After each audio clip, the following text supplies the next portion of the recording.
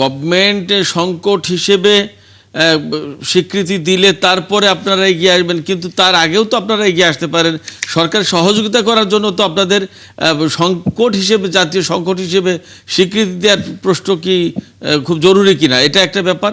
আর একটা ব্যাপার, দুদু ভাইকেও আমি একটা প্রশ্ন এই সাথে করে রাখি, দুদু ভাইকেও, যে আসলে ফরিদ ভাই যেটা বলছেন বা বাস্তবতায় যা দেখা যাচ্ছে যে পাম্পগুলোতে প্রচুর মোটরসাইকেল গাড়ি এগুলোর ভিড় লাগছে, বাট তেলের সংকট আছে বাংলাদেশে, এইটা মনে হয় এখনো তৈরি হয়নি। তো সেক্ষেত্রে এই যে সংকটটা, এর ভিতরে একটা কারণ আছে অবশ্যই, নানা রকমের চোরাচালানি হচ্ছে, বিশেষ করে প্যানিক বাইং এর কথা বলা হচ্ছে। এক ধরনের প্যানিক সৃষ্টি করা হচ্ছে, ব্যবসায়ীদের এক রকমের দুর্নীতিও আছে। 3,17,000 লিটারেরও বেশি জব্দ করা হয়েছে। তার মানে এই সমস্ত ঘটনা তো ঘটেছে। তারপরেও একদম পরিষ্কার করে আপনার কাছে জানতে চাই, আপনার কাছে তথ্য আছে কিনা গভর্নমেন্টের তরফ থেকে, যে আসলে দেশের জ্বালানি সংকট অলরেডি শুরু হয়ে গেছে কিনা, কারণ যুদ্ধটা 1 মাসের বেশি পার হয়েছে। আচ্ছা, আমরা শুরুতে তাহলে ফরিদুল হকের কাছ থেকে এই উত্তরটা জেনে আসি। জি, এখানে আমি ভাইকে একটু দেই, ক্লারিফিকেশন দিই। আমি স্বীকৃতির কথা বলছি না, বলছি স্বীকার। মানে আপনাকে প্রথমে একসেপ্ট করতে হবে যে প্রবলেম আছে, মানে সরকার ধারাবাহিকভাবে এটাকে ডিনাই করছে না। সরকার তো স্বীকার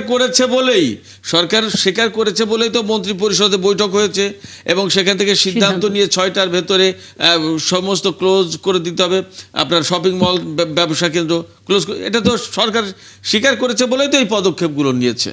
তারপরে গতকালকে ঘটনা, এটা গতকালকে সন্ধ্যার ঘটনা। শুরু হলো না, গত পরশু দিন শুরু হলো, এটাই আমি বলছি। গত পরশু দিন পার্লামেন্টে দাঁড়িয়ে পররাষ্ট্র প্রতিমন্ত্রী, মানে শামা ওবায়দ ইসলাম, উনি কি প্রতিমন্ত্রী আমার ঠিক খেয়াল নেই, উনি বলেছেন যে জ্বালানি তেলের গত পরশু দিনের কথা। আমি গত পরশু দিন পার্লামেন্ট সেশনের কথা বলছি, আমি এটা দেখেছি ভিডিওটা।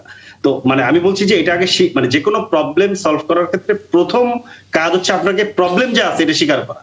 কিন্তু আমি যেটা বলছি যে এটা আমাদের একটা কাঠামোগত প্রবলেম। যারাই আমাদের চেয়ারে থাকেন ওনারা অস্বীকার করেন। যেমন দেখবেন যে যখন ছিল, মানে ঈদের মধ্যে যখন সড়ক পরিবহন এবং ধরেন সড়ক দুর্ঘটনা নিয়ে কাঠামোগত একটা প্রবলেম তৈরি হলো, তখন একটা অস্বীকার করার চেষ্টা হলো, না দাম বাড়ানো হচ্ছে না, কোথাও কোনো সমস্যা নেই, সব ঠিকঠাক চলতেছে, মানুষ খুব স্বস্তিতে আছে। কিন্তু দেখা গেলো 5 বছরের ভিতরে সবচেয়ে বেশি মানুষ মানে কি বলে যে কাঠামোগত হত্যাকাণ্ডের শিকার হলো সড়ক কিংবা নৌ এই যোগাযোগ ব্যবস্থার মধ্যে। এখন এটা তো ঠিক যে 1 মাসের মধ্যে একটা সরকার করতে পারবে না, এটা ঠিক আছে। তাহলে কি করতে পারবে সেটার জন্য তো প্রথমে তো আপনাকে স্বীকার করতে হবে, যারা যারা এই বিষয়গুলো জানেন বোঝেন তাদেরকে আপনার অনবোর্ড করতে হবে, প্রবলেমের মানে সমাধানের পথে এগোতে হবে, এটা মানুষকে দেখাতে হবে, আমরাও তাহলে দেখতে পাবো। কিন্তু আমি যখনই দেখি একজন দায়িত্বশীল জায়গা থেকে বলতেছে যে কোনো সমস্যা নাই, তখন স্বাভাবিকভাবেই তো ডোর ক্লোজ হয়ে গেল। আপনি তো আর এখানে ধরেন, আরে ভাই আমি তো বলছি কোনো সমস্যা না, আপনি এটা নিয়ে কেন কথা বলছেন? এখানে তাহলে একটু যদি আমরা এগোই, মানে আমরা ধরলাম যে সরকার এটাকে সমস্যা হিসেবে চিহ্নিতই করেনি, কিন্তু আমরা দেখলাম যে সরকার পদক্ষেপ নিয়েছে। কিন্তু বিরোধী দল আসলে কিভাবে জিনিসটাকে অ্যাড্রেস করছে, সরকারের কাছে আসলে কিভাবে জিনিসটাকে তুলে ধরছে, বা তারা আসলে সংকট সমাধানে সরকারের সাথে কাজ করার কোনো মানে আগ্রহ দেখিয়েছে কিনা, কি বলবেন? না, সরকার আহ্বান জানালে তো বিরোধী দল অলওয়েজ ওপেন, মানে বিরোধী দল এই ব্যাপারে কাজ করার জন্য সরকার অলওয়েজ ওপেন। সরকার আহ্বান জানাবে, বল তো সরকারের কোর্টে। আমাদের কাজ প্রশ্ন তোলা, বিরোধিতা করা। বিরোধী দলের কাজই তো বিরোধিতা করা, প্রশ্ন তোলা। এটা পুরনো বাংলাদেশের কথা, এটা তো পুরনো বাংলাদেশের কাজ। বা এরকম বড় মানে আমিও এই কথাটাই বলতে চাইছিলাম। তাহলে কি আপনি সহযোগী দল বলবেন আমাদেরকে? আমাদের নামই তো বিরোধী দল ভাই। বিরোধী দলের গণতান্ত্রিক রাষ্ট্রে বিরোধী দলের কাজ হচ্ছে বিরোধিতা করা। কিন্তু তারা কখনো সরকারের সাথে জাতীয় সংকটে সহযোগিতা করবে না, মানে সহযোগিতা চাইলে অবশ্যই আমরা করবো, এটা কল তো সরকারের কোর্টে। আচ্ছা, মানে এটা আমি আজকে জানলাম যে সরকারের চাইতে হবে, বিরোধী দল তারপর করবে। কিন্তু আমরা যতটুকু দায়িত্বশীল দেখেছি, অন্তত শুধু বিরোধী দলের মধ্যে এনসিপির অংশে তরুণদের রাজনৈতিক দল, নতুন নতুন আইডিয়া তাদের কাছ থেকে আসে। সেই জায়গা থেকে অনেকেই প্রত্যাশাটাও করতে পারে যে একটা ইনোভেটিভ আইডিয়া আসুক, তরুণদের মুখ থেকে এই কথাটা আসুক যে আমরা প্রস্তুত, আমাদের এই ধারণাটা আছে, এটা দিয়ে আমরা সংকটটাকে উত্তরণ করব। এই ভয়েসটা আসলে আমরা পাইনি, যে কারণে প্রশ্নটা উঠছে আর কি। জি, না, আমরা এরকম বহু ভয়েস দেখিয়েছি, আপনারা এটা দেখতে পান না। আমাদের ইশতেহারকে সরকারের বিভিন্ন ইশতেহারকে আমরা ধরেন কি বলে যে কিংবা পদক্ষেপকে আমাদের ইশতেহার দিয়ে আমরা দেখিয়েছি যে এইটাকে এইভাবেও করা যেত। এখন আমি আপনাকে টু দা পয়েন্টে অনলাইনে এটা বিস্তারিত ব্যাখ্যা করার সুযোগ নেই, এরকম না। আমাদের ইশতেহারটা আরো ভালোভাবে আপনাকে দেখতে হবে। অনেক ধন্যবাদ ফয়দুল হক, আপনি আছেন। শামসুজ্জামান দুদু, সিরাজুল ইসলাম একটা প্রশ্ন আপনার কাছে করেছিলেন যে আসলে সংকটটা বোধহয় তৈরি হয়েছে, বোধহয় এই অর্থে বলা হচ্ছে কারণ আমাদের মন্ত্রী পার্লামেন্টে দাঁড়িয়েই বলেছিলেন সংকট নেই, এমন একটা কথা, এমন একটা ভিডিও আমরা দেখতেও পাচ্ছি। কি বলবেন? সংকট নেই এই কথা হয়তো 2-3 দিন আগে সম্ভবত সরকারের পক্ষ থেকে জি কয়েকজন মন্ত্রী বলেছে, জি। কিন্তু এর মধ্যে তো পদ্মায় অনেক পানি গড়িয়ে গেছে। মানে সংকট নেই, সারা বিশ্বেই সংকটের মধ্যে আছে, কিন্তু সংকট কিভাবে বিরোধী দল সরকারি দল মোকাবেলা করছে এই বিষয়টি কিন্তু খুব জরুরি। সংকট আছে এটা স্বীকার করলে সবকিছু হয়ে যায়। আর বাংলাদেশের প্রথাগত নিয়মে যেভাবে বিরোধী দল থাকে সেইভাবেই আছে। এক মানে উন্নতি বা অন্য বিরোধী দলগুলো থেকে আলাদা এটা আমার নজরে পড়ে।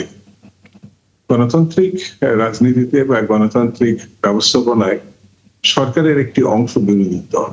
জি বিরোধী দল সরকারের মতোই সরকারের কোষাগার থেকেই তারা সুবিধা ভাতা অন্যান্য সবগুলো, এবং তাদেরও যে ভূমিকাগুলো সেই ভূমিকায় সরকারের ত্রুটি ধরা না, সেটা কি মানে সরকার কিভাবে প্রতিপন্ন করবে, কিভাবে মোকাবেলা করবে সেই জায়গায় তাদের ভূমিকা থাকে।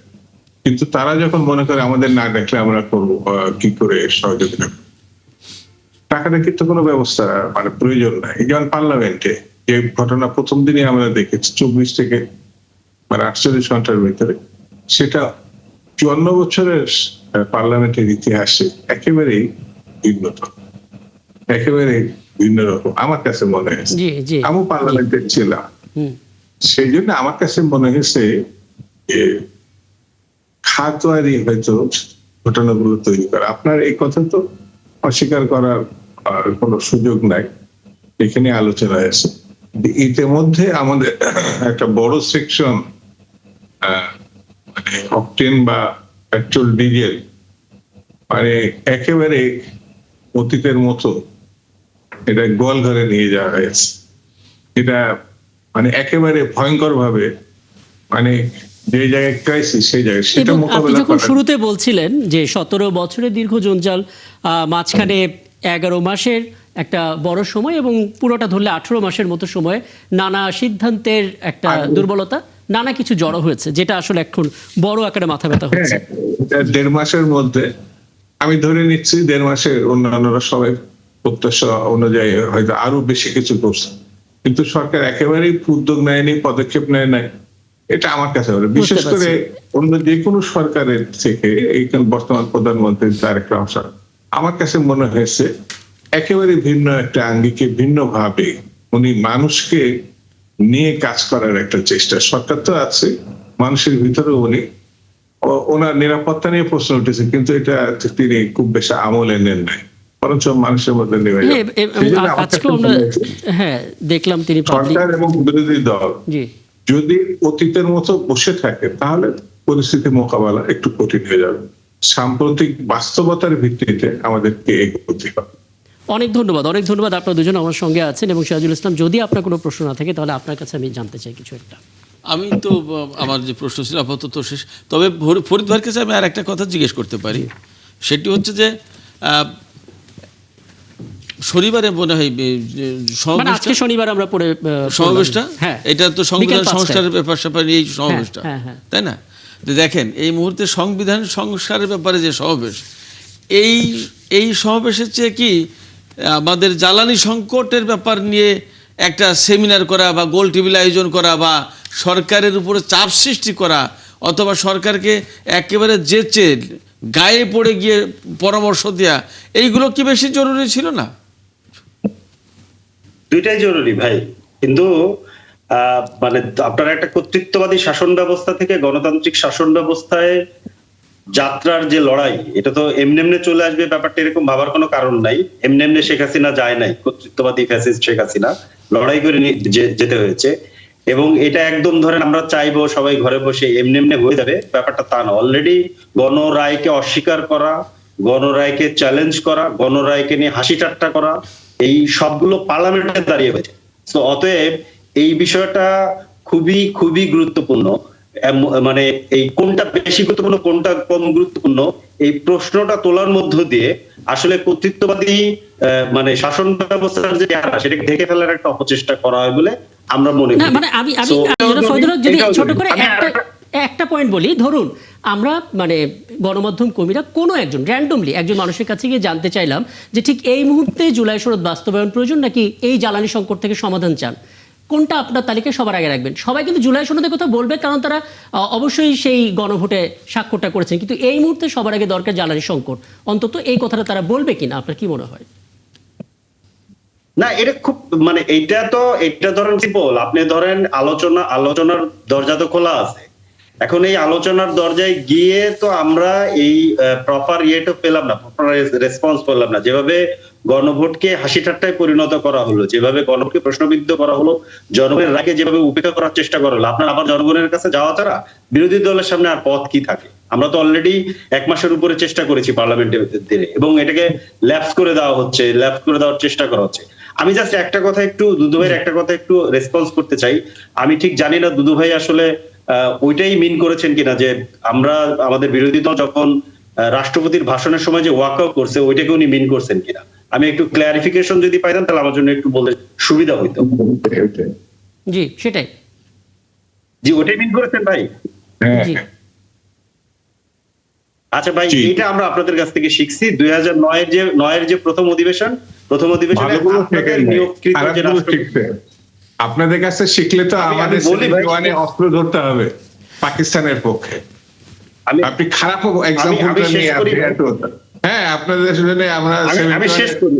আপনাদের কাছে শিখতে হলে পরে আপনি এটা কি রেখ খুঁজা দেন যে আমাদের না, কাছ না, থেকে না। শিখতে। আমরা চিত হয়ে শুয়ে পড়ছি, আমরা জাতীয় কোথায়- সঙ্গীতের সময় আমরা কোথায় বসে শিখছি সেটা বলি, এটা শেষ করতে শুনছেন। দেন। না শেষ করবেন কি আপনি? আপনি জাতীয় সঙ্গীতের সময় আপনি যে কাণ্ড করছেন এখনো পর্যন্ত আপনি এই দেশের অস্তিত্ব মানেন না। ও জাতীয় সঙ্গীতের কথা আমি বলছি না, আমি জাতীয় সঙ্গীত ওটা একটা টেকনিক্যাল ইস্যু ছিল ভাই, আমি জাতীয় সঙ্গীতের কথা বলতে না আপনি আমি বলছি আপনি ওয়াকআউটের ইস্যুটাকে বলেন না। জাতির কাছে যেমন 71-এর ব্যাপারে আপনার ক্ষমা চাননি, ওই দিনে আপনার ঘটনার জন্য ক্ষমা চাওয়া উচিত ছিল। আচ্ছা যাই হোক, আমরা না, না, এটা তো আলোচনা পরে শেষে দিকে দাঁড়িয়েছে, ফজলুল হক এটা আপনি technical issue ছিল ভাই। হ্যাঁ ফজলুল হক এটা আপনি ওই আপনি দিনই- ক্লিয়ার হতে ওই চেয়েছেন, দিনই ভাই, হ্যাঁ পরিষ্কার হয়েছেন, আপনি শুধুমাত্র ওই অংশের উত্তরটা একটু আমাদেরকে জানাবেন। জি আমি ওই অংশের উত্তরটা দিচ্ছি। ওই দিনই এটা আপনার এখানেই, কিন্তু আপনার এখানে অথবা অন্য কোথাও সেদিন হচ্ছে রতন ভাই মুন্সিগঞ্জ সদরের যিনি বিএনপির এমপি, উনি কিন্তু এটা ক্লারিফিকেশন দিয়েছেন যে উনিও পার্লামেন্টে ছিলেন, এখানে আসলে একটা টেকনিক্যাল সমস্যার কারণে এটা হয় নাই, মানে করতে পারে নাই বলে উনিও বলছেন। উনি তো বিএনপির না, লোক। ঠিক আছে, আমি এখন ওটা ওনাকে গেছে, কেন- ওটা নিয়ে আমরা মানে আলোচনা আমি করেছি, ওটা মনে ওটা নিয়ে করি, আলোচনা আমি করেছি। জি clarification নিচ্ছি। হ্যাঁ মানে আমি আসলে আপনার বক্তব্য থেকে এই ব্যাপারটা একটু স্পষ্ট হতে চাচ্ছিলাম, যেটা জনাব সিরাজুল ইসলামও বললেন, মানে এটা খুবই গুরুত্বপূর্ণ। মানে জুলাই সনদ বাস্তবায়ন হওয়া, গণভোটে মানুষ রায় দিয়েছে এবং 70% সেখানে মানুষ আসলে 69% মানুষ হ্যাঁ ভোটের পক্ষে ভোট দিয়েছে। মানুষ যে আসলে পরিবর্তন চায় এই বিষয়ে কোনো সন্দেহ নেই। বিএনপিকে তারা ভোট দিয়েছে, তাদের উপর আস্থা রেখেছে, এতেও সন্দেহ নেই। কিন্তু এই মুহূর্তে আপাতত এই সমস্ত বিষয় বাইরে রেখে জাতীয় সংকট নিরসনে ভূমিকা রাখাটা কতটা জরুরি ছিল আসলে? এই না, অংশটা দুইটাই প্যারালালি চলতে পারে তো, দুইটাই প্যারালালি চলতে পারে। আপনি মানে আন্দোলন করা মানে কি আপনি এখন মনে করতেছেন যে আমরা যে কি ভাঙচুর করব? মানে আন্দোলন তো ধরেন আপনি রাস্তায় যাওয়া মানে প্রতিবাদ জানানো, এটা তো গণতান্ত্রিক একটা আসলে রীতিনীতির মধ্যেই ফরিদুল হক পড়ে। আপনি তারপরে দেখেছেন এটা আমাদের ধরেন আমাদের করতেছি, আমাদের অতীত অভিজ্ঞতা পাশাপাশি কিন্তু আমরা ভালো না। পার্লামেন্টেও যাচ্ছি। ফরিদুল হক আমাদের কিন্তু অতীত অভিজ্ঞতা ভালো না। আপনি দেখেছেন 18 মাসে ক্ষুদ্রাতি ক্ষুদ্র দাবি নিয়েও পথঘাট আটকে থেকে মানুষ আন্দোলন করেছে, মানে বিরক্ত হয়ে গিয়েছিল সাধারণ মানুষ। সেই জায়গা থেকে যখনই আবার কথা শোনা যায় যে রাজপথে আমরা নামবো, তখনই মানুষ সেই ট্রমার মধ্যে চলে যায়। আসলে 18 মাসে যে বিচ্ছিন্ন অনেক কিছু প্রতিদিন দেখেছে, ওই জায়গাটা কতটা পরিষ্কার করতে পারছেন আপনারা? না এটা ভুল হচ্ছে। মানুষ ট্রমার মধ্যে যায় না, আপনার এটা বোঝা একটু ভুল হচ্ছে। এটা ট্রমার মধ্যে যায় হচ্ছে এস্টাবলিশমেন্ট। কারণ আন্দোলন করে রক্ত দিয়ে লড়াই করে বাংলাদেশের মানুষ ফ্যাসিবাদকে সরাইছে। মানুষ আন্দোলন দেখে ট্রমায় যায় না, ট্রমায় যায় হচ্ছে যারা আন্দোলনকে ভয় পায়, তারাই ট্রমায় যেতে পারে। আবার যারা আপনি আন্দোলনকে অস্ত্র আন্দোলনকে হিসেবে কেন ব্যবহার করে, criminalize করছেন? যারা আন্দোলনকে অস্ত্র হিসেবে ব্যবহার করে, যেটাকে আমরা কখনো কখনো মদ আন্দোলনকে হিসেবে অস্ত্র দেখি। হিসেবে ব্যবহার করে, এটা প্রত্যেকটা আন্দোলনকেই ধরেন এটা বলা হয় যে আন্দোলনকে অস্ত্র হিসেবে ব্যবহার করা হচ্ছে। এটা সরকারি দলের ভাষা, এটা সব সরকার এটা বলে। আচ্ছা আন্দোলনের যৌক্তিকতা যাই থাকুক না কেন, ধরেন একটা অযৌক্তিক দাবিও যদি থাকে, জি। মানুষের দাবি জানানোর এবং রাস্তায় যাওয়ার অধিকার আছে। এটা আপনি ধরেন সময় স্থান কালের পাত্রের কোনো বুঝতে ব্যাপার পারছি, না। আপনার বক্তব্য একেবারে স্পষ্ট। আমি আপনার কাজ হচ্ছে যখন দায়িত্বশীল জায়গা থেকে এটাকে অ্যাড্রেস করা, এটাকে আমলে নেওয়া, আলোচনার দরজা ওপেন রাখা, আলোচনার মাধ্যমে সমাধানের আমি পথ তৈরি করা। আলাপটা এখানেই শেষ করব। কেবল একটা বক্তব্য কি আপনি দেবেন, মানে বিরোধী দলের পক্ষ থেকে সংকট সমাধানে নিজেরা এগিয়ে যাবেন নাকি তারা আসলে সরকারি দলের আমন্ত্রণের অপেক্ষা করবে? দুইটাই, সরকারি দলের আমন্ত্রণের অপেক্ষাও করব, পাশাপাশি আমরা নিশ্চয়ই মানে আমাদের মধ্যে আলোচনা চলতেছে কিভাবে এই সংকট আমরা, কারণ অলরেডি গতকালকে যেহেতু নিল, ইতিমধ্যে ধরেন মানে কয়েকটা ডিসিশন নিয়েছে, এগুলো নিয়ে আসলে কথা বলা দরকার। এগুলো আমরা আমাদের পার্লামেন্টারি সদস্য যারা আছেন তাদেরকে আমরা বলছি আপনারা কিছু প্রশ্ন তোলেন পার্লামেন্টে, এগুলো প্রশ্ন হওয়া দরকার। যেমন স্কুল কলেজ মানে অনলাইনে ক্লাসের ব্যাপার এসেছে, এই ব্যাপারে আমাদের আপত্তি আছে। তারপরে এই যে 6টায় বন্ধ মানে মার্কেট বন্ধ করার যে ব্যাপারটা এসছে, এখানে আসলে এটাকে একটু রিঅ্যারেঞ্জ করা দরকার বলে আমরা মনে করি।